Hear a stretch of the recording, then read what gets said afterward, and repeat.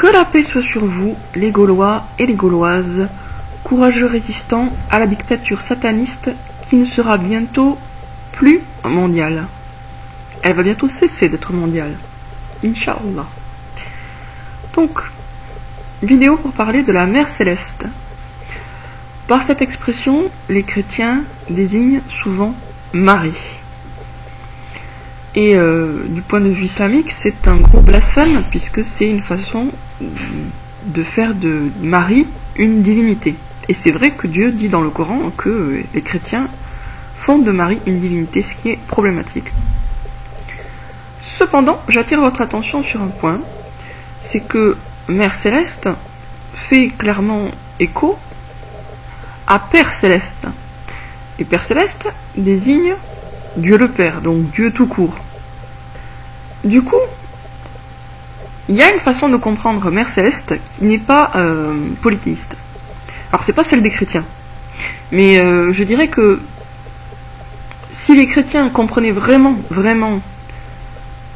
la vérité, ils pourraient en fait garder l'expression Mère Céleste à condition de lui donner son vrai sens. Ça serait quoi le vrai sens de Mère Céleste?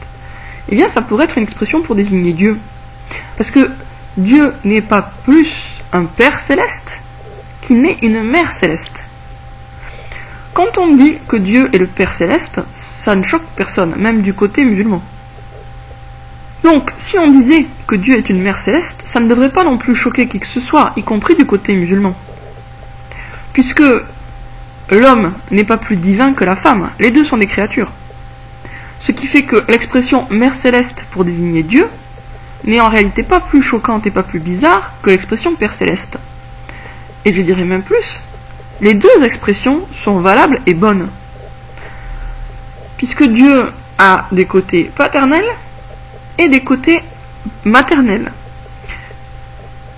En arabe, on dit qu'il est le tout miséricordieux, le très miséricordieux, et le mot arabe, que je ne vais pas prononcer parce que je le prononcerai trop mal, fait un lien avec la notion de matrice, donc quelque chose qui est propre aux femmes et à la féminité et à la maternité.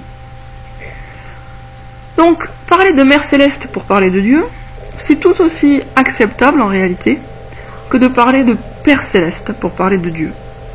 Et si vous me dites qu'il est inadmissible et choquant d'utiliser des métaphores ou ce type d'image pour parler de Dieu, eh bien, je vous répondrai que Jésus, le prophète Issa, ne s'est pas gêné. Donc si Jésus l'a fait, je pense que ça veut dire que ça va, quoi. Jésus a parlé du Père qui est au ciel, de notre Père ou de son Père qui est au ciel pour parler de Dieu. C'était une métaphore, et en tant que métaphore, c'est très juste. Le tout, c'est de ne pas mélanger le sens métaphorique et le sens littéral. De la même façon que Jésus a parlé du Père Céleste, ou de son Père dans le ciel, on peut parler de la Mère Céleste pour parler de Dieu, pas pour prétendre qu'il y aurait une divinité féminine à côté de Dieu, parce que là, pour le coup, ça serait du polythéisme, mais pour parler du même créateur. En fait, au sens, si on gratte bien, si on creuse bien le sujet, Dieu est tout autant une créatrice qu'un créateur. C'est pas plus blasphémateur ou faux de dire qu'elle est créatrice que de dire qu'il est créateur. Puisque Dieu n'est ni homme ni femme, il est au-dessus de tout ça. Donc, et on va pas non plus lui donner un genre neutre, parce que ça le réduirait à un rang d'objet, donc ça serait pas bon. Donc en fait, dans un monde idéal, on pourrait se parler comme ça, parler de Mère Céleste, de Père Céleste, et tout le monde se comprendrait.